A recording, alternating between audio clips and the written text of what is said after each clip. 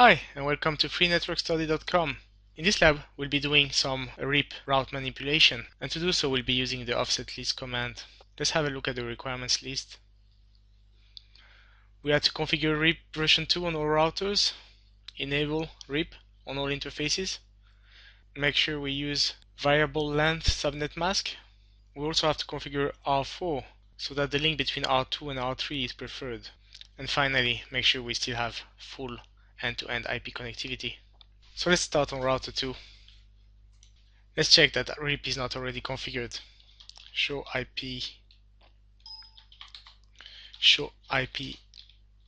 protocols. Okay, let's go ahead and configure it. Router RIP version 2. To enable VLSM, no auto summary. Now let's make sure that RIP is enabled on all interfaces. Network 10.0.0.0, network 2.0.0.0, and network 22.0.0. Let's jump to router 3 and do the same thing. Router 3, show IP protocols. Okay, conft router RIP version 2 and no auto summary. Network 10.0.0.0, network 3,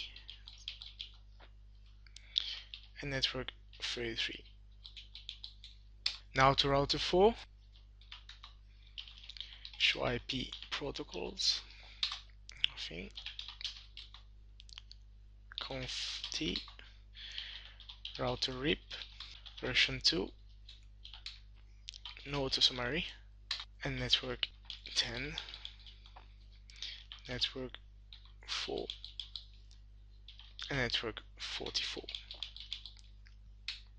Let's pause here and check that we have IP connectivity. Show IP routes, show IP route RIP, and we don't have the routes to router 3. Oh, that's because we didn't enable RIP on that link. So that would be the link here, 192.168.1.0. So let's do that. Conft router 3, network 192.168.1.0, back to router 4, router RIP, network 192.168.1.0. Now let's check the routing table. Show IP route RIP, and we do have all routes now. Let's ping router 2, 2.2.2, and router 3. Okay, so we have end-to-end IP connectivity. Router 2, we have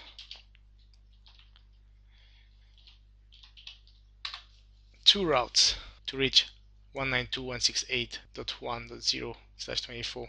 One via router 4, the other one via router 3. They both have the same metric of 1, so traffic would be load balanced between those two links.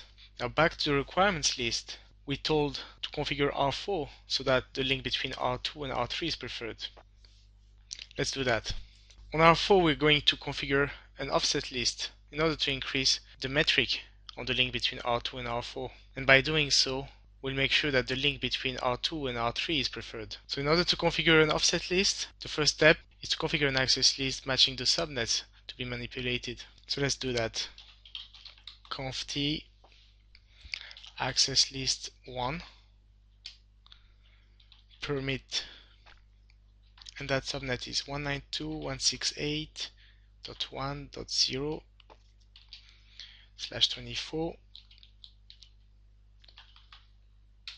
Next, create the offset list, and we do that under the RIP process.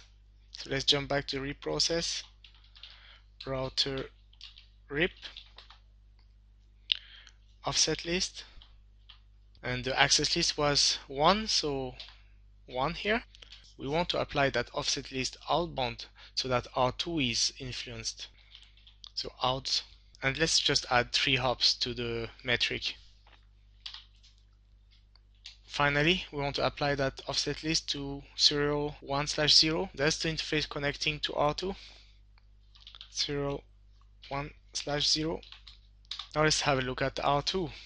So here we see the previous routing table. Let's see how it looks now.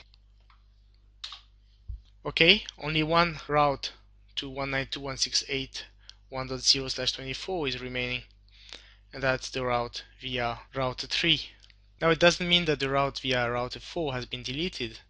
It's just not installed in the routing table, since RIP doesn't do unequal cost load balancing. And should the link to router 3 fail, then we should see the route via router 4 appear in the routing table. Before we conclude this lab, you might remember that earlier I forgot to enable RIP on 192.168.1.0, and that caused the router 3 and router 4 not to see each other. And you might wonder, why couldn't they see each other via router 2? So let's check why. Show run interface serial 1/0. And here you can see that split horizon was enabled, and the split horizon rule dictates that router 2 is not allowed to re-advertise a route it received on serial 1/0 out the same interface, and that's why router 3 and router 4 couldn't see each other. That's it, thank you for watching.